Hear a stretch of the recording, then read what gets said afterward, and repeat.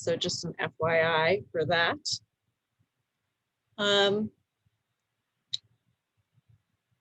So today we're going to go over a few things. First up, we've got, I believe the developer or the developer's lawyer is here for the 4600 North Marine Drive proposal. That's at Weiss Hospital surface parking lot. We spent the last month collecting questions from you. We collected them live in several suggestion boxes throughout our boundaries, as well as online through Google form. And we have presented those questions and feedback comments to the developer on Tuesday of this week. So the developer will have a chance to respond to those today. And we'll have a little bit of a Q&A with the developer or the developer's lawyers, whoever is here. Then we're going to go over another development proposal for our boundaries. It's at the BP gas station. Talk about the new lakefront parking meters that impact our area. And then just some fun stuff coming up. Uptown United is having a trivia night. We'll talk about our Clean and Green Earth Day event. Be nice to have that again for the a little bit of normalcy. And some opportunities for bystander intervention training to support the Asian American community. So we'll start with just a reminder, if this is your first meeting, we do have a pretty high attendance rate right now. The Lakeside Area Neighbors Association, the boundaries extend from Lawrence to Wilson, from Sheridan to Clarendon. And we accept members who live, work, and play in our community. Any sort of attachment to our geography, you are all welcome to participate in our block club. And we want to ensure that our community remains safe, inclusive, and welcoming to everybody who is here. We will have some opportunities at the end to discuss leadership opportunities within our organization. We do have several vacant board positions, and we look forward to getting some new members and getting to know you a little bit better as we're able to socialize outdoors safely again.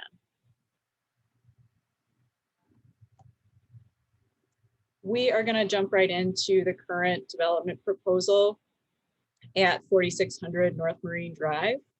This is a proposal for the Weiss Hospital surface parking lot. We had a meeting with the developer in January to go over this development. 12 stories, 314 residential units, 8 are affordable. The developer is Lincoln Property Company. There are 136 parking spaces that I believe are at the ground level. And the sustainability plans include a green roof. And at the time of our last meeting, the developer does not have financing. So the developer is here. I've got the questions compiled on the next page, and I'm going to go ahead and skip the next slide, which is just a history of ongoing discussions that we've had with Pipeline, the new hospital owner. I will get back to that if something comes up in that area. And for anybody who's new, I'm happy to send you this slide or go over it, but we've had a very long conversation with Pipeline, the owner of Weiss Hospital as of 2019. About their intentions with Weiss Hospital and whether or not they intend to keep it open should a residential development appear in their surface parking lot. So that is just one aspect of this proposed development. So we do have some concerns with that, with the history with Pipeline, but I want to talk specifically to the developer today. So I'm going to get into that, and I'm going to have Ruth go ahead, our secretary, present the feedback that she collected and summarized from our Google form and from our feedback boxes. Thanks, Marianne, and thanks to everybody who responded to the online Google form, as well as hand wrote feedback and dropped them off in the boxes around the neighborhood. So we had 94 questions that we reviewed and had submitted, or that folks had submitted to us, and then just kind of an overarching theme throughout a lot of the questions are listed here. What will happen to the community benefits that are associated with the surface parking lot? So the rooftop garden, because if all those 100 parking spots are gone, that will take out 100 parking spots in the parking structure. And that's about what the rooftop garden uses. The farmer's market hasn't been on that lot for a while. And that was like a huge benefit to the community each summer. And then the other piece of the community benefit that would disappear is that Weiss would have less room to expand without that surface lot.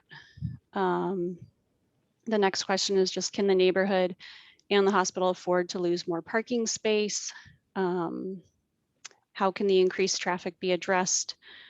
So with regard to 314 units of residents, as well as the ER traffic, that would be right where the building is. Another set of questions that was seen a lot was, why does this not have more on-site affordable housing units? It's currently planned for 2.5% versus the 10% that's typical in a project of this size. And then lastly, how can our ward and city hold the ownership accountable in regard to keeping Weiss open if this project is approved? And then we also had a lot of comments along with questions. And so kind of the general overarching themes are here as well. While a lot of people were opposed to the proposal, some were in favor of it. And then I just took a few of the actual quotes from people. Some people don't agree with the plans to sell the parking lot and make a residential building with only 8 units that are affordable out of 314. I would prefer to see that area of the Weiss campus used to benefit the surrounding community. We need more affordable housing options in Uptown. And then the parking ramp let in out onto Clarendon seems like they don't really have an understanding of how the traffic patterns actually work in the neighborhood.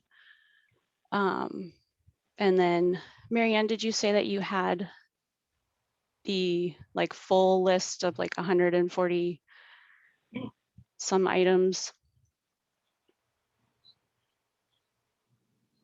If anybody has, you know, any further questions, or if the developer wanted to address any that were submitted to them, feel free. They're numbered so we can like see which question they're referring to. Okay. The developer has the questions and the developer is here.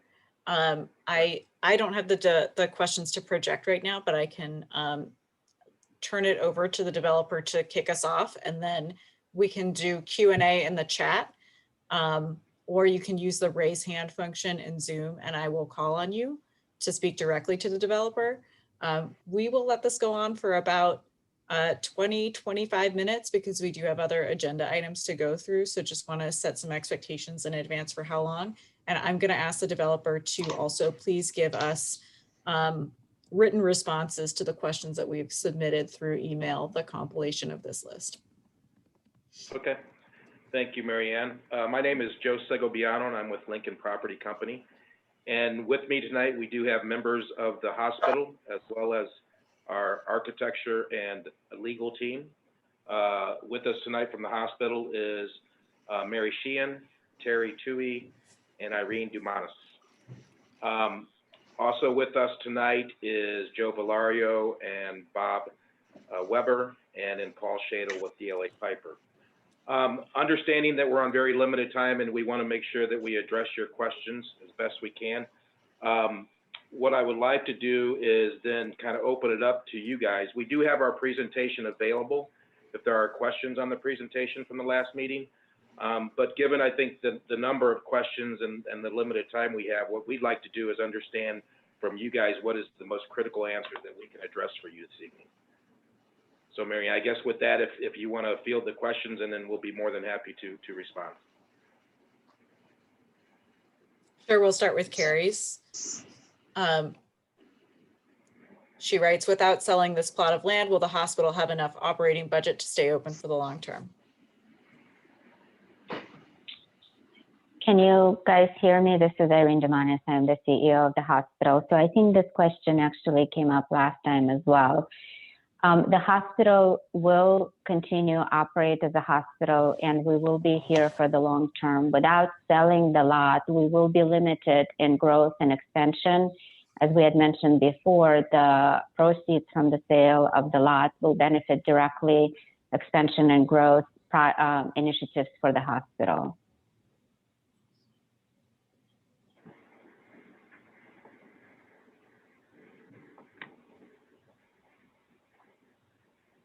Hi, this is Carrie. I'm not sure if you want us to put the questions in chat or just jump in onto the conversation. Can you please advise? You can go ahead and unmute yourself and jump into the conversation. If it gets a little bit hectic, then I will ask people to use the raise hand function, but go ahead, Carrie. Absolutely. Just a follow-on question to that. For that lot, how many spaces are there? And how many? There's a current. I'm so sorry. How many spaces are there? And then how many are currently used on average on a day-to-day basis? Okay, so currently, if there's 136 spaces on that surface lot, and that is complete lot. Part of it right now, as you know, are taken up by the tent and some other pieces of equipment. In the garage currently, given during the peak times, there is about 608 available spaces on any given day on average during peak times.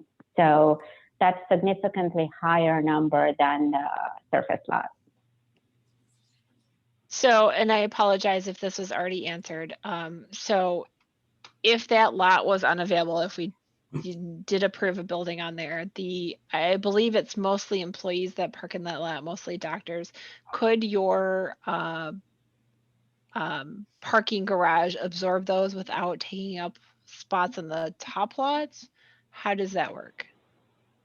So we have done a study, and with the building on premises and expansion of the Weiss Hospital services, that would require a 50% expansion in employee and patient base, we would still have 148 spots available during peak time. And how many are on the top floor that are used for that garden? I'm not sure about that. Okay, is it possible to get that information? Yes. Okay, thank you. And again, I apologize. I haven't been on most of these meetings, so I'm sorry if I'm repeating these questions. No problem.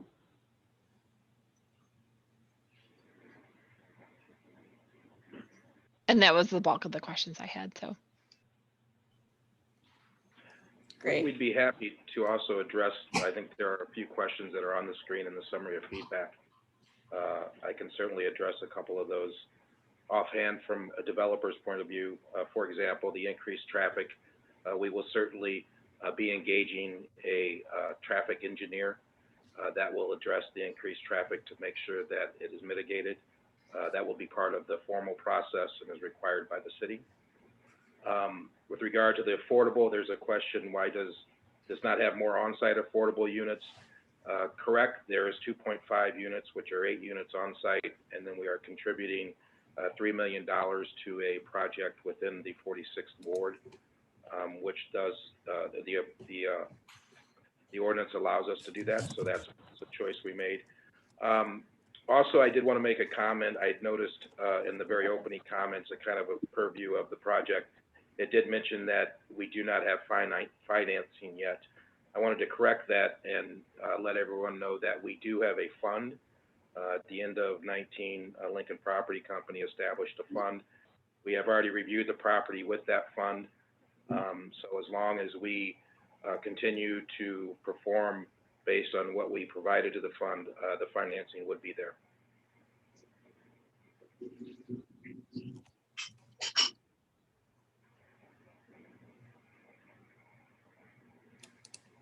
I have one question that's more general, which is I see some folks here that have joined by phone, and someone is asking if there is somebody here from the city's Department of Planning. So if you are from the Department of Planning and you have joined by phone, I don't recognize anyone from the Department of Planning in the participant list. Please speak up now.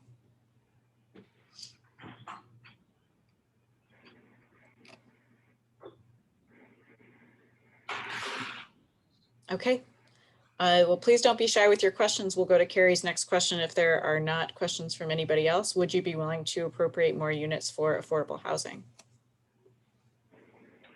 Again, we're appropriating per the ordinance 2.5% in the building. The $3 million would go to an affordable development that will be developed and more importantly managed by an affordable expert, which we feel contributes much more beneficially to the affordable population. We do not understand how to manage affordable units, and there is a difference between market rate and affordable.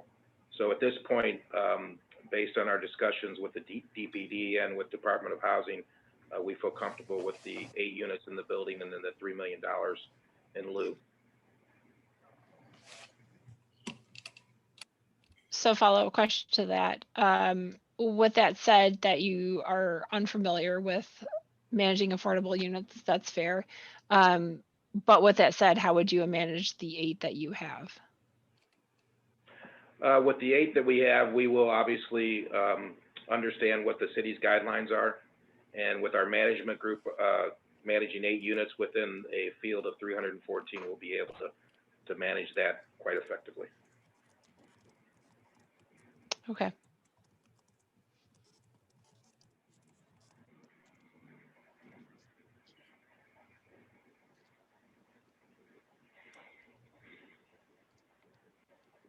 So having a residential development on this plot, it's a big deviation from the allowed uses that are considered for this planned development. It's listed medical, restaurant, other types of commercial, but primarily for medical use associated with the hospital.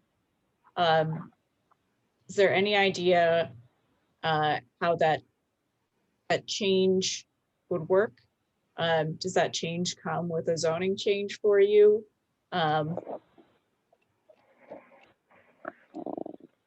Paul, I'll defer to you on this. Sure, I can answer this one. Hi, Paul Shadle with DLA Piper. The plan development actually does include in sub-area C some residential use now. You're correct that we would be adding a residential use to sub-area A. That is part of the proposal that would be included or is included in what will be the plan development application. And also, we've actually done some discussion with DPD as part of sort of vetting this project already. And they had asked us to do some analysis of the surrounding uses and the, this, you all are more familiar with this than I am. The surrounding area has quite a bit of residential. And for that reason, given that there is some in the PD already and in the neighborhood, we actually believe that it is an appropriate location for additional affordable housing or additional affordable and market rate housing generally.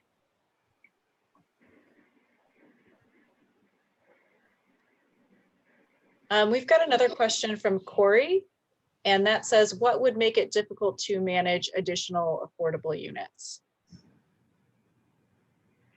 There's several nuances in managing a building. And so, obviously requirements are one of the main things and understanding the requirements. But I also just think meeting the needs of the residents. And so obviously we want to make sure that the needs of all residents are met, in different buildings.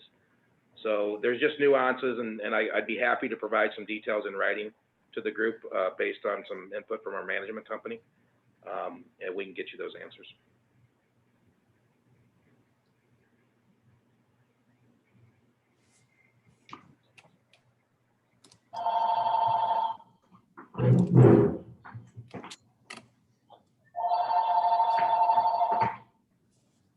Okay, so Ruth is pulling some of our questions that were submitted live.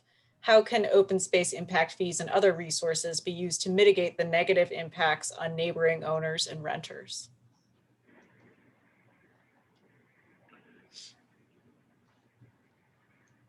I don't know that we've had that discussion. I do know that we will have impact fees, obviously, for park and open space.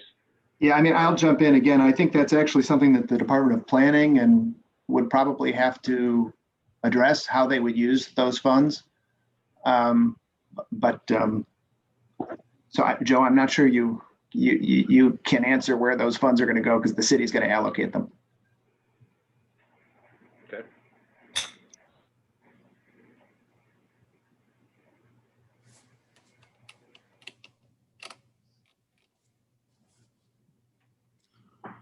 I'm going to ask a follow-on question to your point about that there is a lot of residential in the area. So there's a lot of residential that's approved already and a lot of residential that was built recently or is under construction right now, very proximal to where you're hoping to build market rate housing.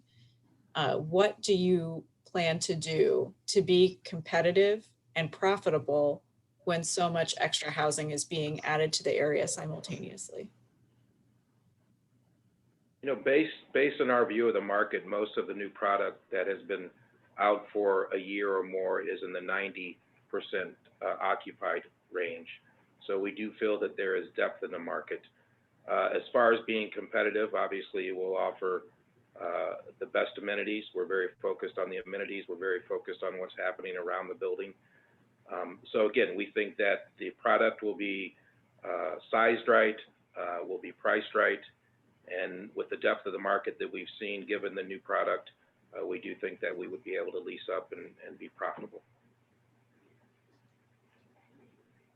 How dynamic is your plan for a changing post-pandemic world? I think I might agree with you that, you know, centralized amenities historically have been appealing to renters.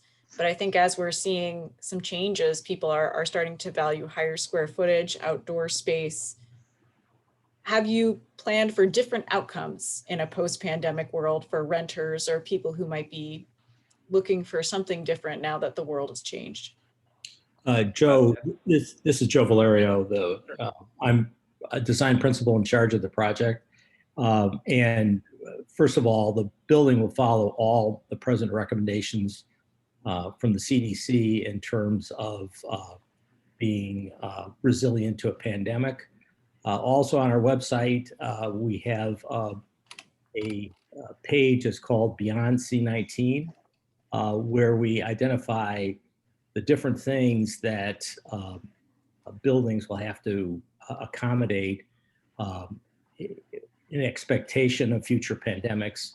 And we've used those guidelines in developing the design for the building. Another question for the developer, is your intention to develop this land and then sell it to a management company or manage it yourselves? No, we will manage the building ourselves.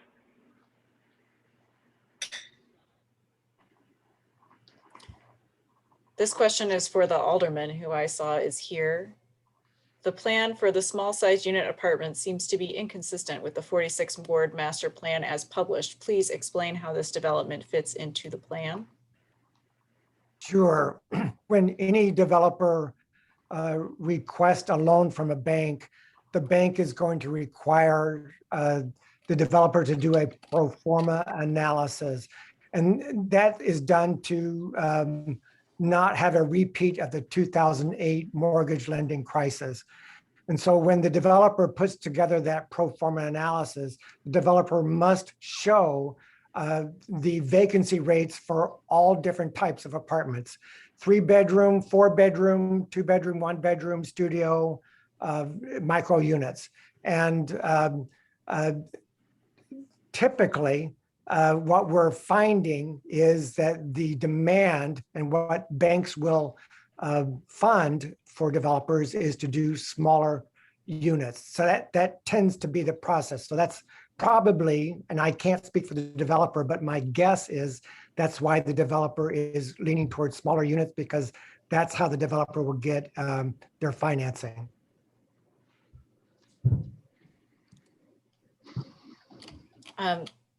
For the developer, would you be willing to share that analysis? Really, that analysis is pretty fluid. So at this time, no.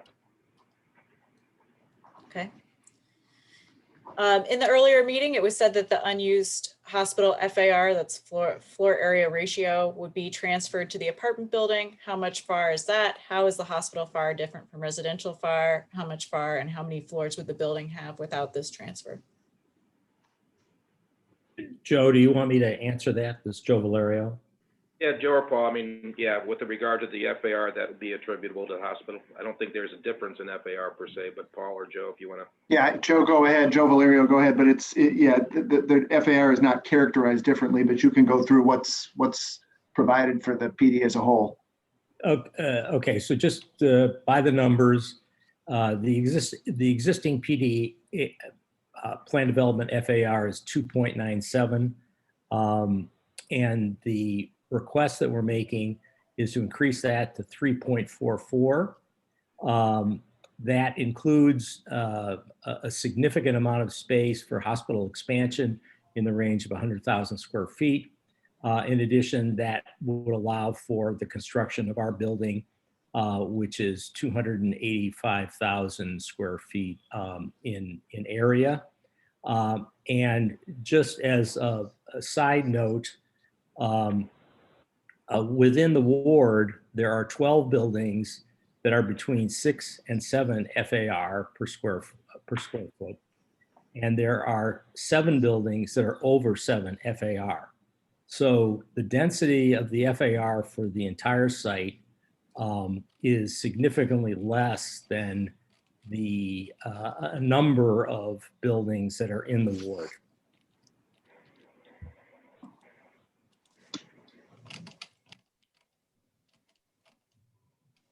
Okay, question from Mike Rollins. I understand that you're telling us you're complying with the ordinance baseline re-affordable units. If this project is unwilling to go above the baseline, why is this type of housing the best use of space for the block?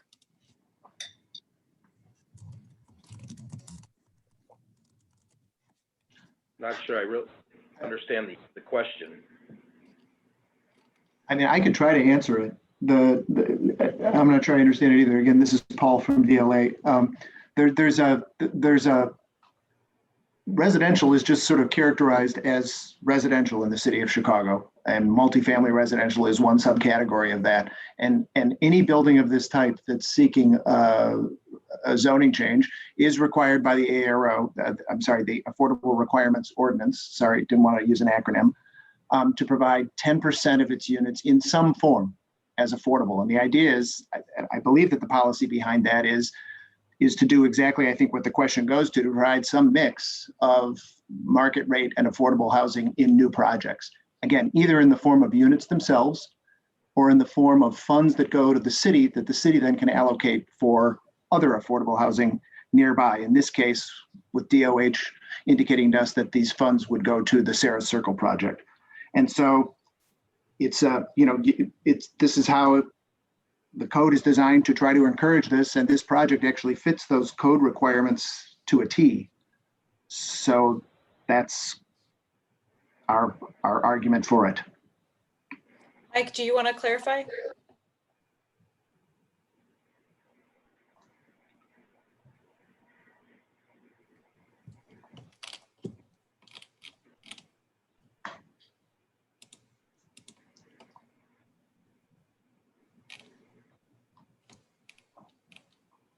I'll come back to him if he wants to add any more. What is being done to minimize the environmental impact in an ecologically rich area with Montrose Point Bird Sanctuary and endangered species? Joe or Bob, you want to address? Yeah. So first of all, in terms of making a building safe for birds, one of the most effective things you can possibly do is to limit the glass area to something between 30 and 40% of the facade area. We're actually under that number in the present design. Second of all, any effort that we do that includes using less reflective glass, which we intend to do, and also in areas where we do have a significant amount of glass, which is really in the first floor lobby area. That's the only place that it's significantly glassy, using a frit on the glass, which human beings can hardly see, but in terms of birds, they recognize that it's just a reflection of the sky and not the sky itself. We think we have built in approaches that have proven to be successful in decreasing the number of bird impacts on the building.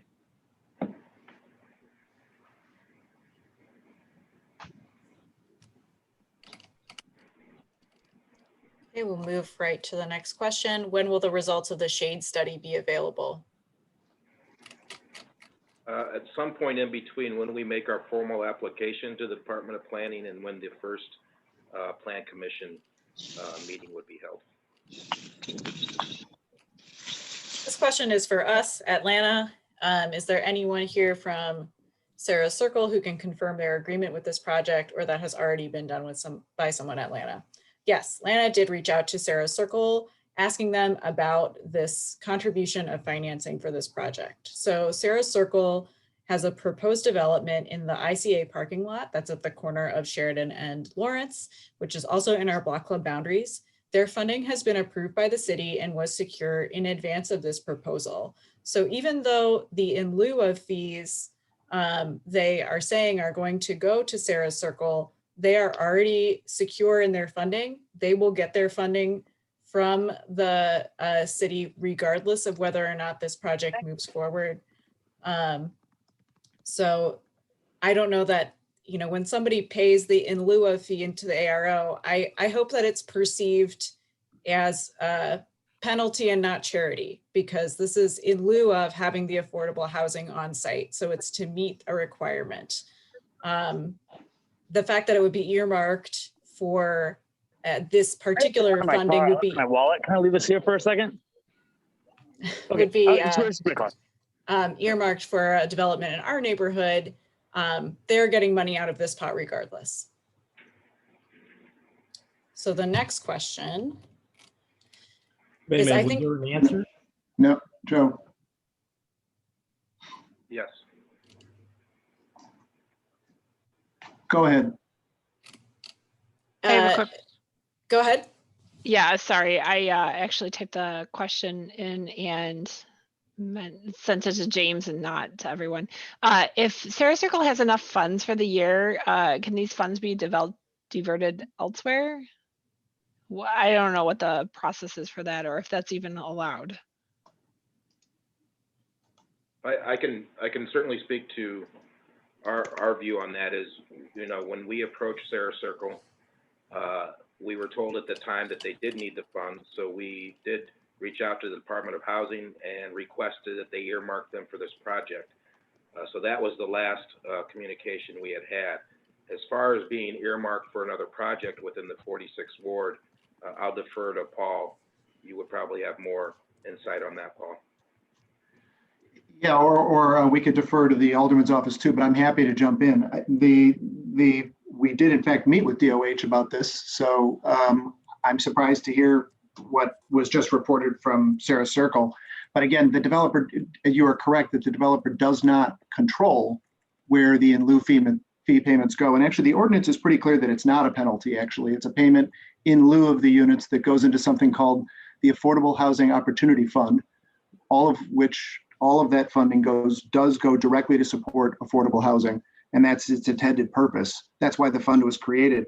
But again, yes, you're correct. The developer can't fully control where those dollars go. As Joe Segoviano said, we did request and actually had a meeting with DOH and Sarah's Circle to discuss the earmarking of those funds, and certainly have requested that that's how those funds be directed, because Lincoln would prefer that those funds be used in the 46th ward.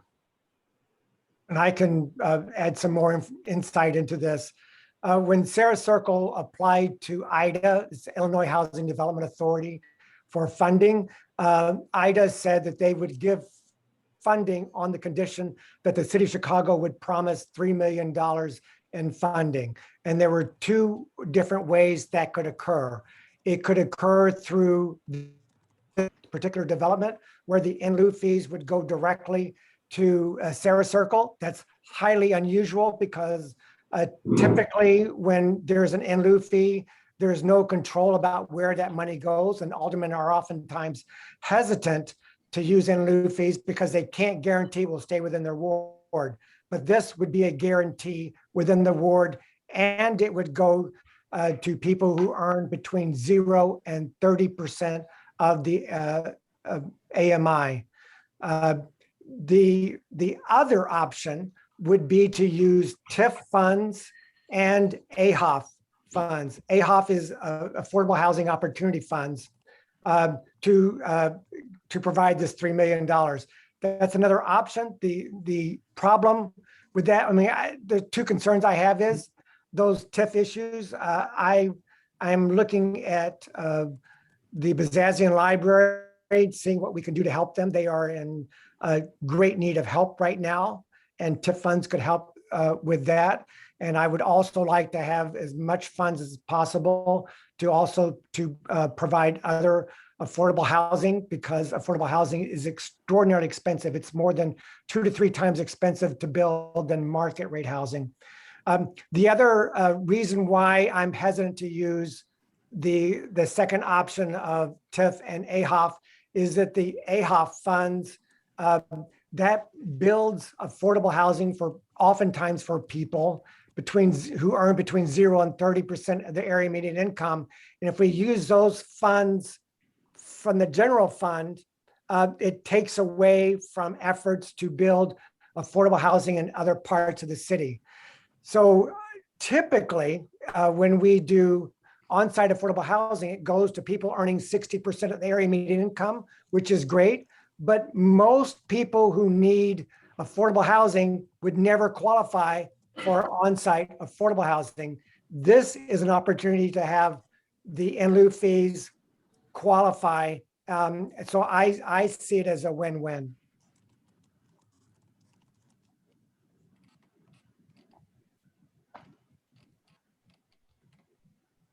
Going to go to the next question because they're starting to really build up in the chat, and I do want to try to move on around 7:50. How many floors would the building be, for example, if the hospital did an addition without the requested added FAR? Personally, I cannot speak to that. I would have to defer. And Joe, I don't know if you have any insight from a hospital standpoint. Footprint would look like. It's really hard to do that off the cuff. I mean, we could provide an analysis as a follow-up. It probably would create a situation where it's very difficult to do that on the fly. Let me just leave it at that.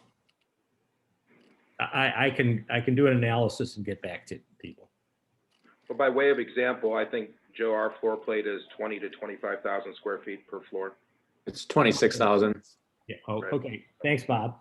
Yeah. So one floor of our building is about 0.6 of FAR.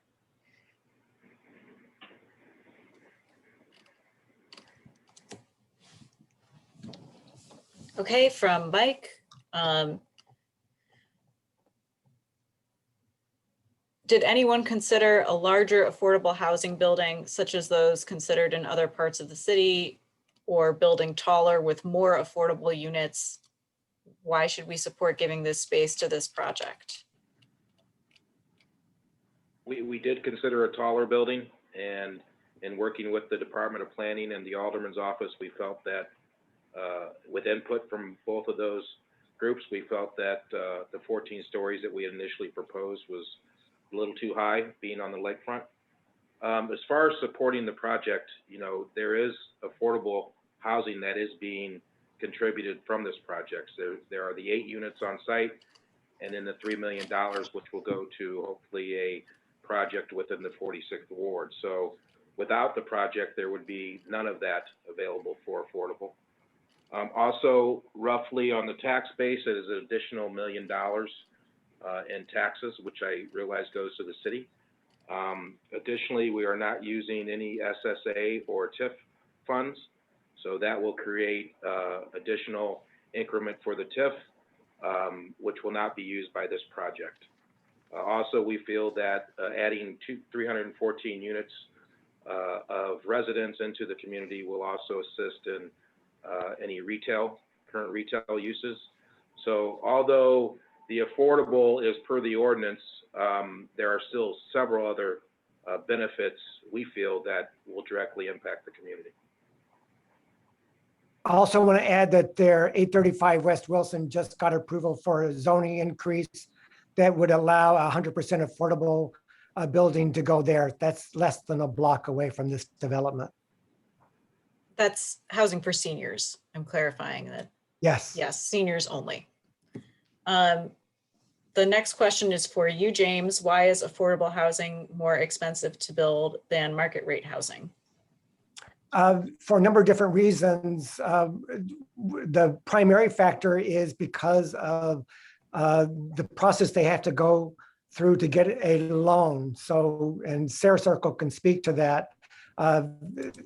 The Wilson Yard housing went through 22 different layers of financing, and one unit of housing there cost $450,000. On average, it's around $350,000. The other reasons for that is that the federal government and the state and the city and the county put a lot of different requirements on affordable housing that gets federal funds. So it adds to the expense. We also require that the developer for affordable housing have a percentage of minority contractors and women-owned contractors that are union.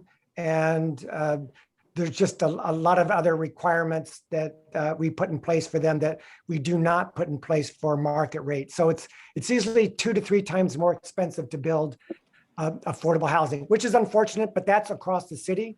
In the city of San Francisco, the average price for affordable housing is around $750,000 per unit. Oh my God. Okay, so definitely not a topic for this call, but can we please have a call about that?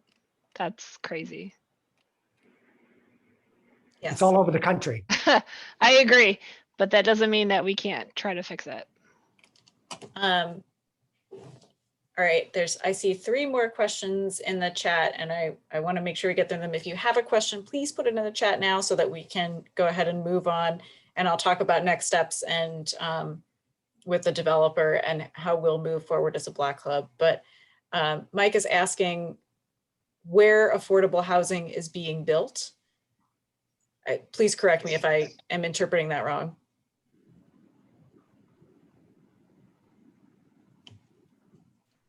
In the city. So that's probably a question for the alderman.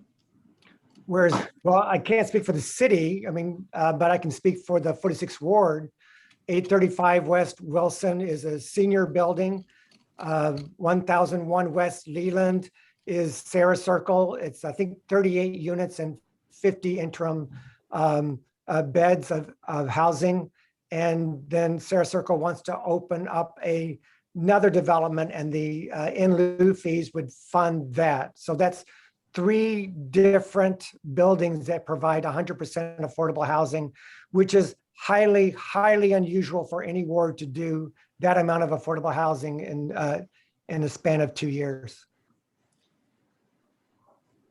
Okay, the next question, this is for the developer, would the pro forma analysis support the developer building affordable housing on this site? And then there is a follow-up question about property taxes.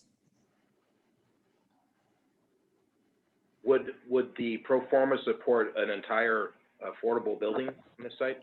I think maybe not an entire affordable building, but what about like an expanded ratio?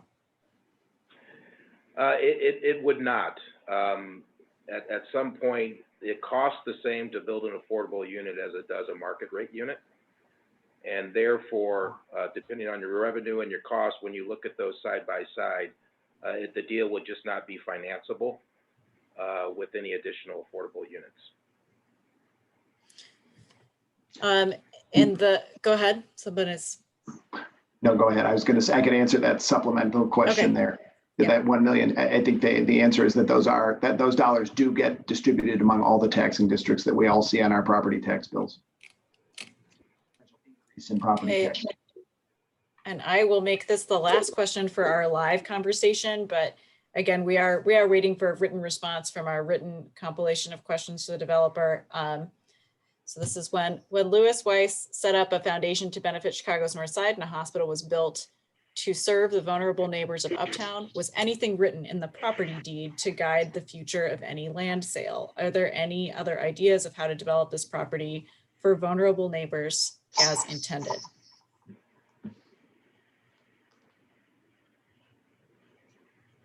I would have to defer to the hospital with regard to the deed. You know, and I would have to check the deed because I'm not sure what's in there. So we'll have to provide the written answer to that question. I guess, Paul, if there's a question, are there any deed restrictions on the current deed based on the title? There are not.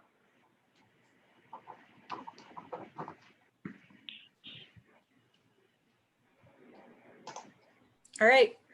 Thank you, Paul and Joe and the rest of the development team for joining us today. As we have mentioned, we do hope to get a written response to what was submitted that we can circulate to our Google listserv. I do want to share something that a lot of questions came up last time around all of the simultaneous developments in our neighborhood. And one of our members, David, built this really lovely map of new units that are either planned, in process, or finished within the last few years. It's a visual map, so I'm going to go ahead and play it. It just shows the changes that are happening in our neighborhood. And I am just going to move this over to a different screen, so please bear with my technology. Okay.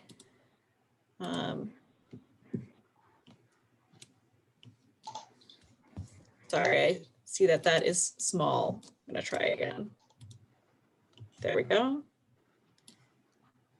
So David, if you want to comment on this, I will hit play. Okay, sure, go ahead.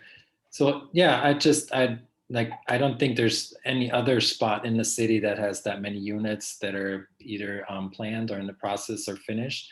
And so as you can see, like the red units are 650 affordable housing that was changed into luxury. 120 units were built on empty lots.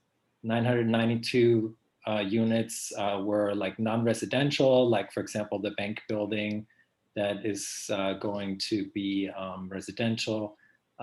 There's some more units that were, let's see, 900 were built on top of parking lots or they're being built on top of parking lots, and 144 are planned on public land that was sold.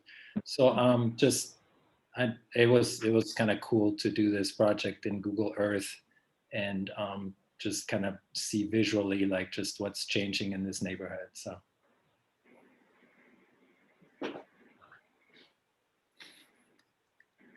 right, thank you so much for making this. And you can see at the end, it zooms in on this proposal is the orange building. And then you can see the hospital to the lower left. And So, this is a project built on vacant land, unlike any of the other categories. yes, I think he's got it labeled as parking lot turned into housing, which did occur in other instances. Oh, okay. Can I just speak to that mention about vacant land real quick? Yes. I just wanted to mention that it is vacant land, but I think one thing that might be missing, I'm not sure that it was communicated earlier as part of our questions really, but we have a very high residential density in this area. And I think there are a lot of concerns about adding additional housing, especially after we saw what happened with the pandemic when the lakefront was closed. We have very few interior parks. And so it's vacant land, but it was originally, as a longtime neighbor, the deal was that was going to be used for hospital expansion. There's never been a public discussion about using it for residential. And it's arguable that the idea to build there that's being worked on by the city and by the Alderman's office and everybody is premature, because that public discussion about the land, which vacant land isn't just empty. Underneath there is a historic beach, right? There's artifacts and seed banks and all kinds of stuff. That's premature. So that's just something I wanted to throw out there. Thank you. Thank you.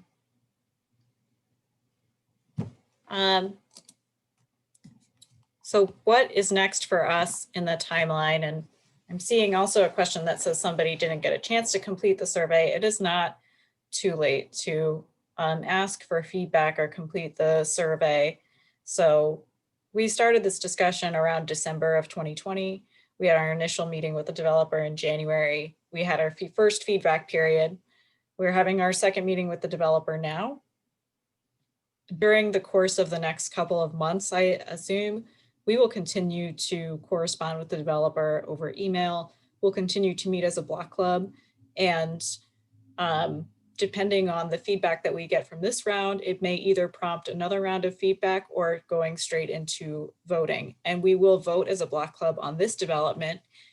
We will issue what our opinion is on whether or not this developer should receive a zoning change. And sometime, I assume in the summer of this year, it will advance to the 46 Ward Zoning and Development Committee because it is a project over $10 million, regardless of what our vote as a block club is, though our vote will be influential in helping that committee make a decision of whether or not it should advance in the zoning committee in City Council.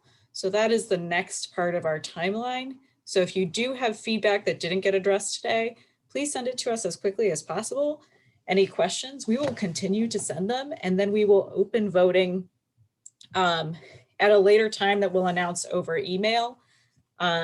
So what we're doing right now, because we are in a pandemic time, normally we have the opportunity to meet in person, and we're very sensitive to the fact that a lot of our membership might not have consistent access to Wi-Fi. They might not be able to attend meetings like this, or might be restricted to, using phone data for streaming content.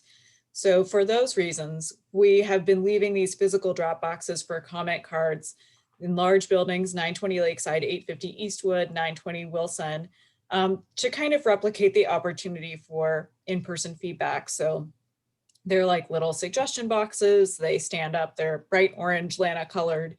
You can walk into the Uptown Deli and just drop an index card in the box with your comments or opinions that we are compiling. And as always, we do have a Google form that we email to our Google group listserv to fill out. And it stays online for at least 2 weeks. In this case, we'll be making a decision as a board of whether or not to go to another round of feedback or directly to voting. So we'll communicate that with the rest of this group and with the developer. But please provide your name and some contact information. And then in terms of your address, we just like to verify that you have a connection to our boundaries. So if you could just give at least cross streets, that is helpful to us. So I thank you again to the developer for joining us. We are going to move into the later part of our meeting now. So you are, I guess, welcome to observe it if you wish, but we will not be discussing your development further. Great. Thank you, Mary Ann. Thanks. Thank you, everyone at LANA. We appreciate the time, and we will certainly get to work on the written responses and get those out to you. Thank you. Thanks, everyone. Bye.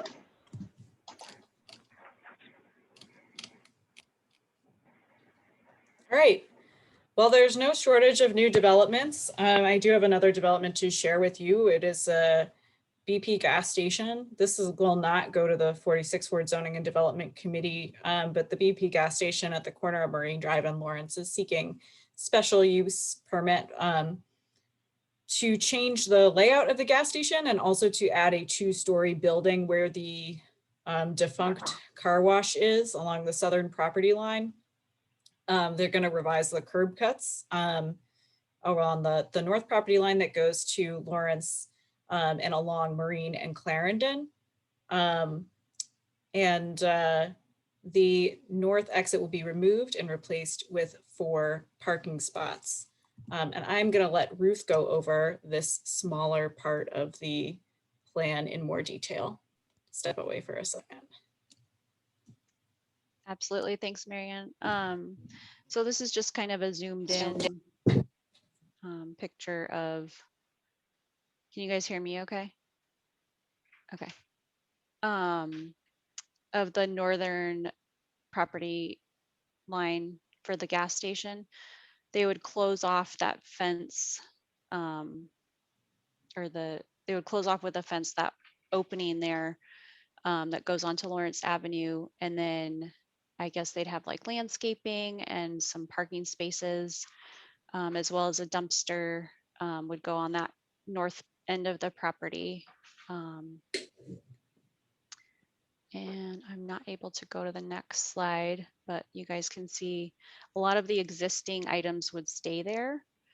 Oh, here. So the,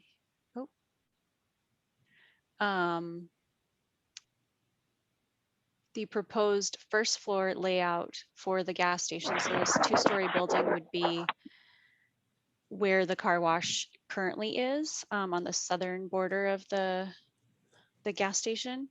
So the first floor would mainly be just retail sales. On the southeastern corner, there would be an elevator and stairs to go up to the second floor. Next slide. And then the second floor would have like private offices and some just office space. I think the gas station would want to rent that out. That's my understanding of it. And I believe that's all. Any questions on the gas station or thoughts on that? We have solicited a meeting with this developer because of the size of the project. We have a little bit less of an opportunity for input here, but we're just, just to learn a little bit more about their ultimate plans. Yes, and this is Cindy. I would like to see the renderings of the exterior and the finishes because it's in the Lakefront Protection District. And so we should be able to demand something that at least looks nice.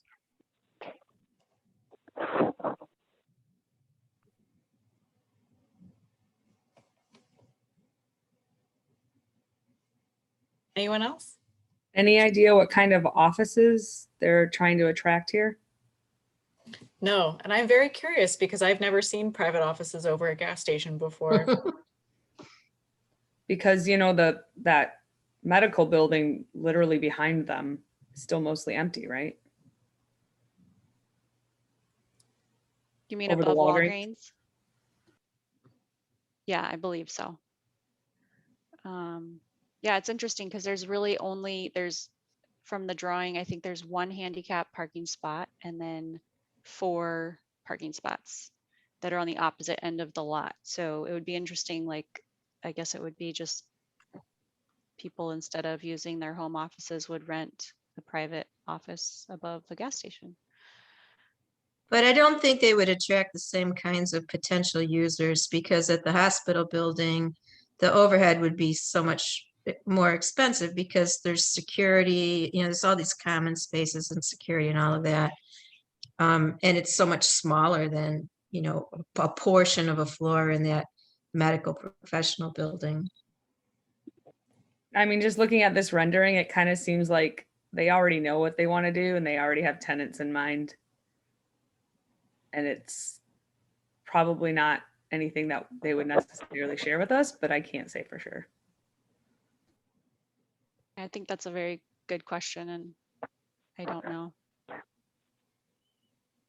I have a question about that corner, which I live just a little bit down from on Lawrence, and that corner, the lights, the way the lights work there and the turning signals and so forth is already, to me, I've witnessed dangerous in terms of traffic, and I'm concerned about what it's going to be like when there's an actual store there and more traffic going in and out of that that space and having one less entrance. Like, I just wonder if there's any, do they have to do a traffic study or anything like that? Mm-hmm. I would agree with your concern, and I think a consistent menu funding request from us is a crosswalk signal on Lawrence and across Lawrence at Clarendon. I think that would just be a great safety contribution. They are revising the curb cuts. Right now, there are a lot of curb cuts going into the gas station. And that can be confusing in a vehicular way too, where to go in and where to go out. So hopefully the revision will make that a little bit more clear, because I agree with you that it is kind of a dangerous corner right now. And hopefully that's something that they'd be open to getting feedback from us on as they move forward. My Can you help me guess is understand? that, go ahead. I was going to say, could you help me understand how this drawing overlays over the current space? Sorry if I missed that a couple minutes ago. Yeah, I can just go back a few slides. So this is where the car wash is. We were just zooming in a little bit, but this is the pumps are the little circles with the X's through them. But that's the tanks that these, I don't know if my mouse is coming across on the shared screen, but they're kind of letter I shapes are the existing pumps. So that kind of gives you a landmark of where things are. And then this 2-story building goes on top of where that, it's like a car wash, but it's not been The car wash, functional. Yeah. So this is all over where the car wash is. The building is, yes. And then the Yes, part or that's the, like a pumping station would stay pumps. Yeah. car wash / random storage space that it's currently being used as, I think. My guess is that this convenience store is really intended for the patrons of the gas station because it's next to Walgreens, which has much more parking space and a much larger, the convenience store in the Walgreens is so much larger. It seems a little weird to me though, that like there's just these couple of parking spaces. You got to walk a fair distance to get, if you were going there just to get something at the convenience store, it's not laid out so well for that. There's no parking around the building. It does, pretty much everything about this seems very odd to me. One thing that I think is good is that they are closing that curb cut along Lawrence, because that's actually been the source of a number of accidents. Is the alderman still on the call? Because one of the questions I think that I saw in the chat and I've wondered about too, so the crosswalks across Lawrence, having the little person there to help you get across the street, that was part of the participatory budgeting project in 2013 that won the most votes, but that was never completed. And I wondered if there's some technical reason that we don't have a proper crosswalk to get across Lawrence there, and if it's something that could be addressed as part of conversations about this project. I believe a traffic study was done. Yes. Okay. There was, Tressa would know, and the results of that is what we see right now. They didn't change anything though. Right, they didn't change anything. The study said that they didn't, I have to go back and actually look at the study because it was what, 2012. So, but they, CDOT cited reasons that they didn't want people, my understanding is they didn't want people crossing there. So there's a crosswalk there already. Yeah, I know. I know. Yeah. I know. And so, and we fought them on it. And I know Dana at the time from our office, he having a lot of conversations with them to try and get this to happen. So we can revisit it. There's new people at CDOT. So yeah, we could definitely add it to our menu again. Unfortunately, this group, they're not looking for a zoning change. So there's a little less that can be done as far as pressure, but yeah, definitely we can ask for that in our current menu and see if the new CDOT team can do another study and get that finalized. Yeah, I know they don't want people to cross there, but that's where everybody crosses. Yeah. The one time I tried to cross on Marine Drive, I almost got hit by a CTA bus. They came within 3 feet of me, even though I was walking in a crosswalk with the light. Wow. Yikes. Yeah, if you don't want people to cross there, you need to remove the paint. That's it's a painted crosswalk on the street. So. Yep, agreed. But even with the paint, the other thing I wondered, maybe Tressa, you have experience with this level of zoning special use thing before. Is it possible to modify the drawing that we're seeing? So for instance, could the fence be bumped in and the garden put on the outside of the fence so that people coming off the drive would see a garden? You know how green slows people down? That would be really nice. Yeah, I ask them. I would ask them because you guys are meeting with them, right? We've they're- solicited a meeting, but it's not scheduled. Okay. Yeah, absolutely. Ask them. Okay. One more question I have is the southernmost curb cut off of Marine.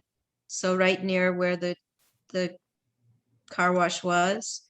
That is very narrow and very near the edge of that building. And it looks to me like that's going to be problematic. We can certainly bring it up when we talk to them. I want to keep us going to the next topic, which I know is getting a lot of attention today. This news of new parking meters installed in the lakefront area by Montrose Beach. So this is something that I learned about just today. And they'll be enforced from 6 a.m. to 11 p.m. I know there is a lot of neighborhood opposition to this already. And the reason for the opposition is equity reasons. Requiring people to pay for parking could be interpreted as going against the spirit of the Lakefront Protection Ordinance to keep the lakefront free and clear for all residents of Chicago. And we don't want to create any practices that could be discriminatory, as a lot of low-income families in our neighborhood take advantage of using the beach as a public park.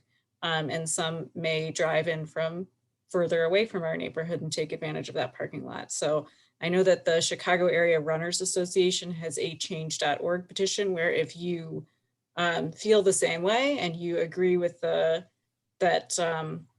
you don't think that there should be parking meters here, you can start by signing that. And I'm sure there'll be more discussion about this and with our neighboring block clubs in Clarendon and Buena Park as well. But this is pretty new news that we're just passing along right now.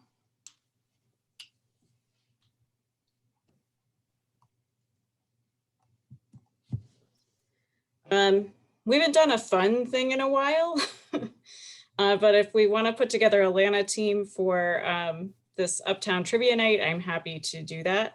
That Uptown United is putting on. It is $10 for an individual, or we could do $50 for a team, so that would be $9. But please send an email to lakesideneighbors46@gmail.com if you are interested in participating. And I think this is something that we could put a team together for, and that we could cover the team fee with LANA funds.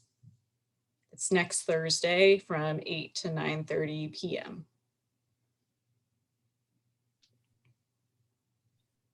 And Milani just put our Gmail in the chat. And if we have enough people, we'll do 2 teams. Ruth, do you want to talk about street sweeping? Yep. So street sweeping is going to start up again for our boundaries. So I highlighted it there in orange.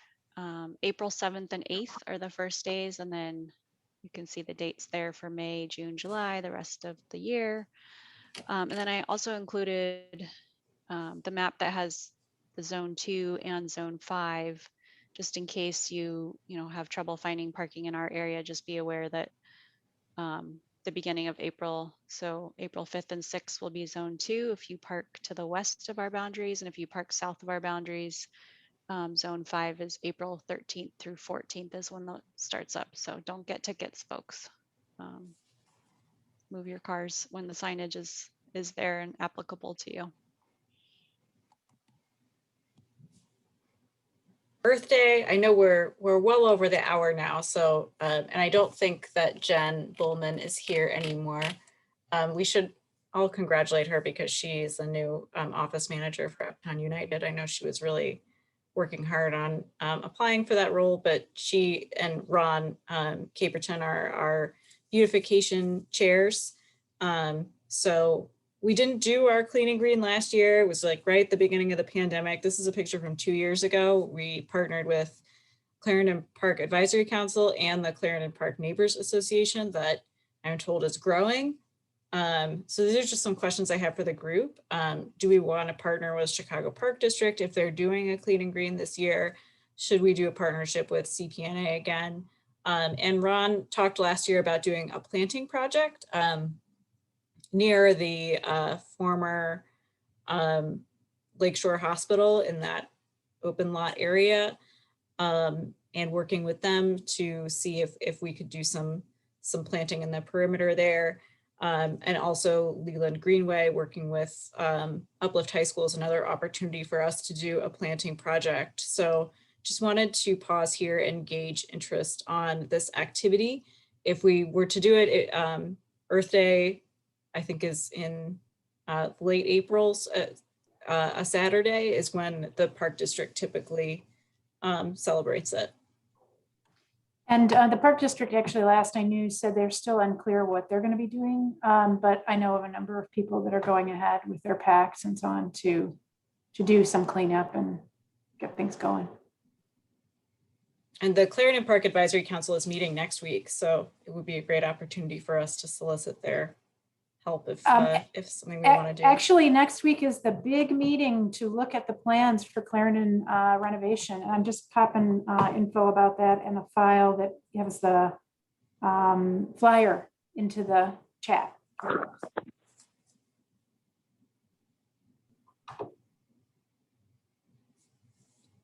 Would anyone be interested in planting some plants with Ron?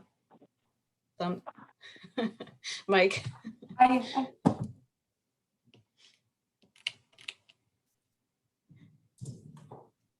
Tyler, awesome. Yeah, it looks like we got a little bit of interest. We can send out an invitation, and yeah, it would just be, I think it'd be nice for us to get together live, masked and socially distant and responsibly.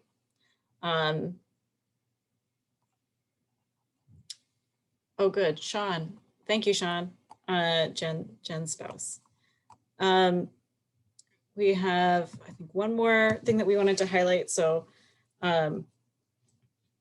of course, you know, our boundaries have a high percentage of Asian American population, and we were really saddened to hear about the events in Georgia. And we wanted to highlight that there is an opportunity to learn more about being an anti-racist and stop anti-Asian harassment through training by Asian Americans Advancing Justice in partnership with CARE. It's April 11th at noon.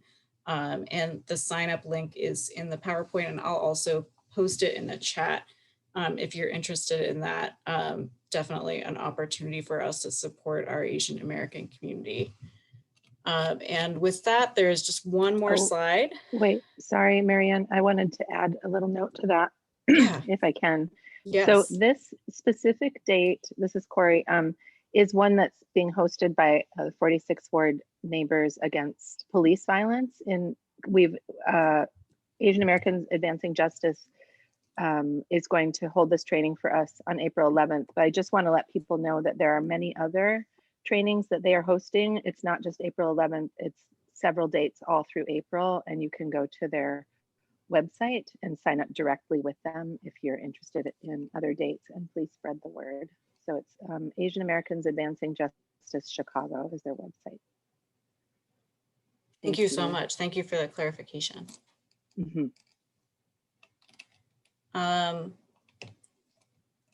We have some openings on our board. We've had some consistent new members join us, especially some new folks from 811 Eastwood, which is a new building for us, but we do have positions that have been long vacant, and we would love to add some new leadership to our board. Our zoning and development representative, who votes in the zoning and development 46 Ward committee, she is having to take a step back. She wants to focus on being a mom, which is awesome.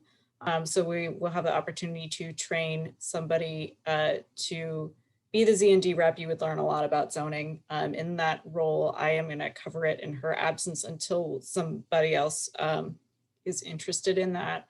We also have an opportunity for treasurer. That's just managing our WE bank account. It's not a lot of money, but it's good to have somebody who's doing the accounting on that. The balance is $820. and membership to recruit additional members in our boundaries and strengthen our base, which has definitely been a struggle to add and retain membership during COVID while we are all remote. But if you are interested, please send an email. Like I said, we really welcome the idea of expanding the board and filling all of our vacant positions.